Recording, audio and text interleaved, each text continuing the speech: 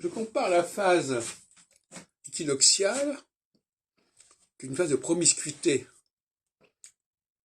avec un immeuble à l'ancienne, avec d'un côté tout en haut les chambres de bonne, et les derniers étages, et puis le bel étage au deuxième étage, qui était alors avec une population extrêmement variée au sein même de l'immeuble.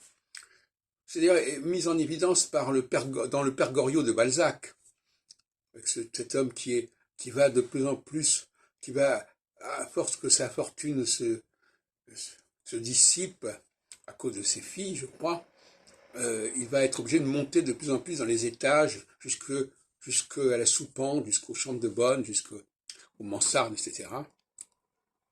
Eh bien, une société équinoxiale, elle est comparable à cet immeuble, voyez-vous, avec en haut, en l'occurrence, les classes inférieures, et en bas, notamment au deuxième étage, au bel étage, qui ont droit à un balcon, alors que le premier étage et le troisième étage ne l'ont pas. Moi-même, j'ai vécu dans un immeuble qui était construit comme ça, et nous habitions au second, et non pas au sous-sol, à l'entresol, ou même au troisième, avec un superbe balcon. Eh bien, c'est un peu comme ça que ça représente un peu la société, le brassage social. Ça s'oppose à cette idée de quartier réservé à certaines populations, ou d'immeubles réservés à certaines populations.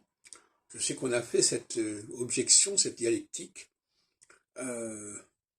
les quartiers où il y avait un mélange social, et d'autre part une volonté au contraire d'isoler les populations marginales, les intruses, les immigrants, en les mettant dans des bars, BA2RES,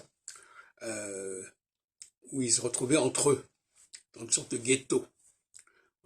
Et ça, au contraire, cette façon de mettre les gens dans des ghettos, c'est typiquement la période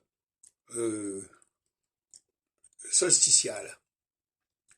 Période solsticiale qui consiste à séparer, par exemple, dans le cas de l'Inde, par exemple, eh bien, on met d'un côté au nord le Pakistan avec les musulmans, et puis au sud l'ensemble plutôt hindou, etc. Voyez-vous, plutôt que de les mettre ensemble.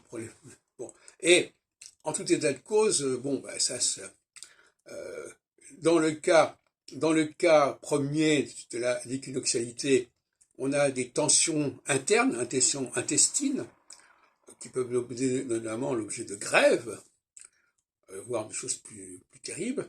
Dans l'autre cas, on a plutôt des guerres, carrément, comme il y a pu y en avoir, en tout cas, entre le Pakistan et l'Inde, ou entre Israël et ses voisins arabes, etc.